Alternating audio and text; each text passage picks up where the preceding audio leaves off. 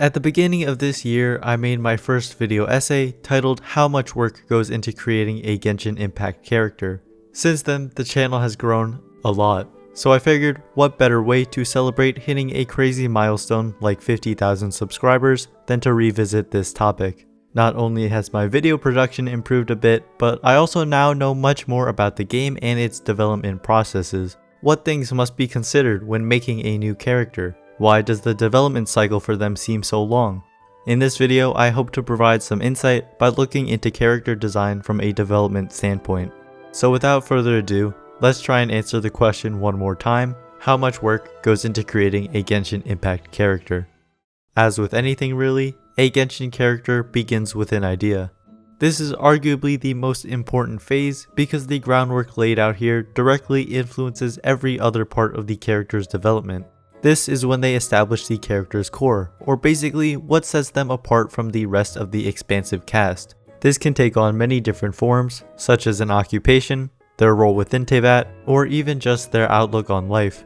This is also when cultural inspirations are decided on, which are most directly depicted through the character's constellation. The next early stage would be visual design. A good place to start would probably be choosing one of the 5 body types that are currently in the game: medium-sized male and female, taller male and female, or little girl. Regarding the actual details of the design, there's a lot to take into account. Hair, eyes, clothing, accessories, and even overall color scheme are made to fit the character themes. The goal is to show basic information about the character purely through visual storytelling. For example, Bennett has a bag and goggles, showing that he's an adventurer, while his many scars shows that he tends to get into a lot of accidents. Good character design highlights individuality by emphasizing the character's most distinctive traits, which is often not easy to accomplish. 2 different arts are made for each character, one full body portrait and another which depicts them using some kind of ability. These artworks are especially important because they are what is most directly associated with the idea of the character. When you think of them, you think of how they are portrayed here. So even subtle things like their posing and facial expression leave a strong lasting impression. Once the visual design has been established, that allows a 3D model representation to be created. But it's relatively easy to make a character look good from one angle in a 2-dimensional space, as opposed to every angle in a 3-dimensional space. This is why when people say Diluc and Albedo's hair in drawings looks better than in-game, it's not really a fair comparison. Another thing that needs to be taken into consideration, which isn't related to pure looks, is the polygon count. This refers to the amount of unique triangles which make up the entirety of the model. It's easy to forget that the multiple platforms on which Genshin is available all need to be taken into account when it comes to rendering visuals. Sometimes you have to sacrifice quality, in this case polygon count, to ensure the game can run as smoothly as possible. One sort of workaround to this is creating the illusion of depth through the flat textures that are mapped to the model. Higher fidelity models are commonly used in pre-rendered footage, but for real-time gameplay it is much more reasonable to strike a balance. The natural progression from there would be animating that model.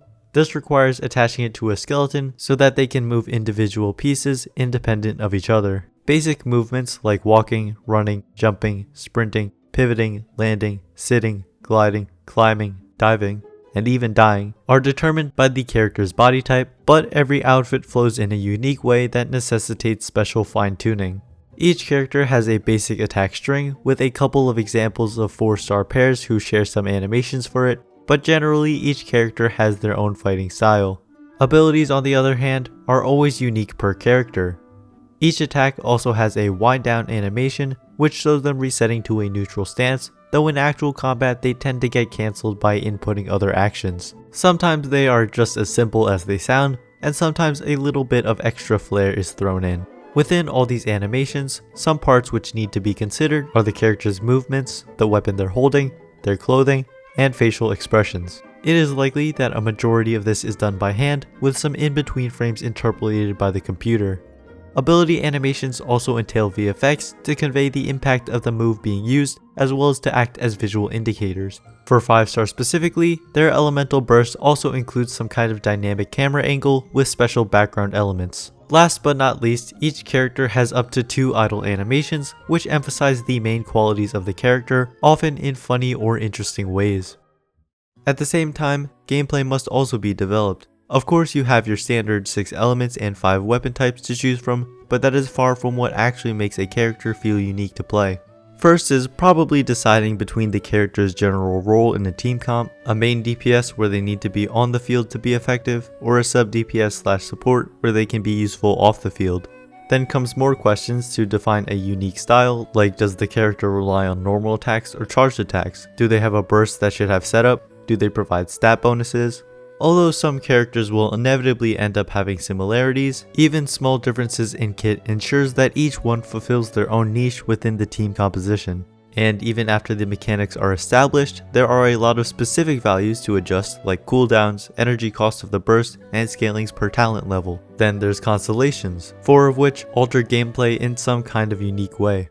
Here's one that's criminally overlooked: sound design. You don't often think about it, but sound gives meaning and weight to every action. From the sound of a claymore slamming the ground, to the rustling of clothes as you run.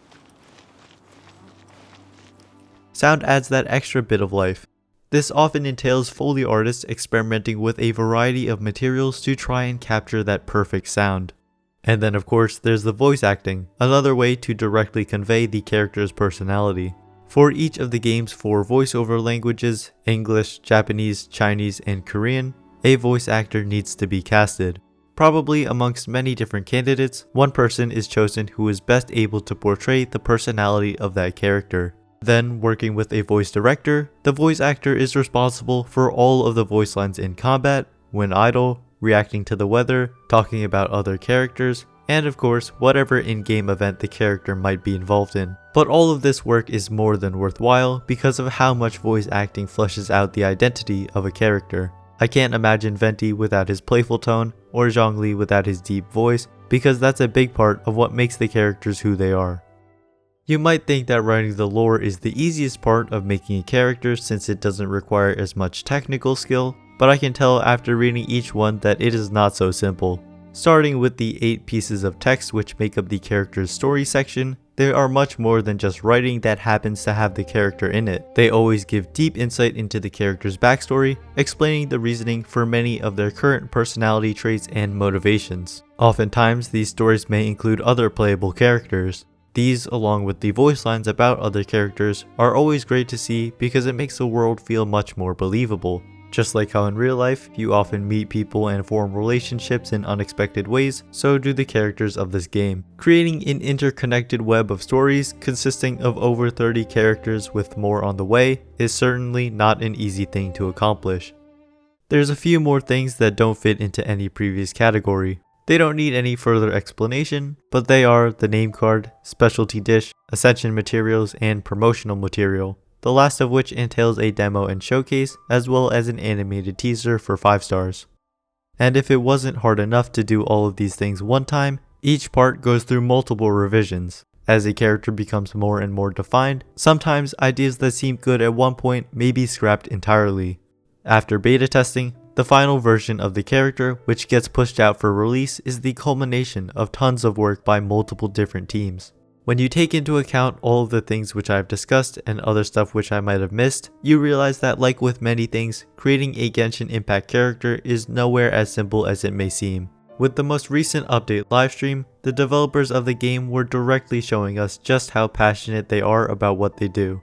I am very much looking forward to new characters and just the future of Genshin Impact, knowing that MiHoYo puts so much care into everything. As always, thank you for watching.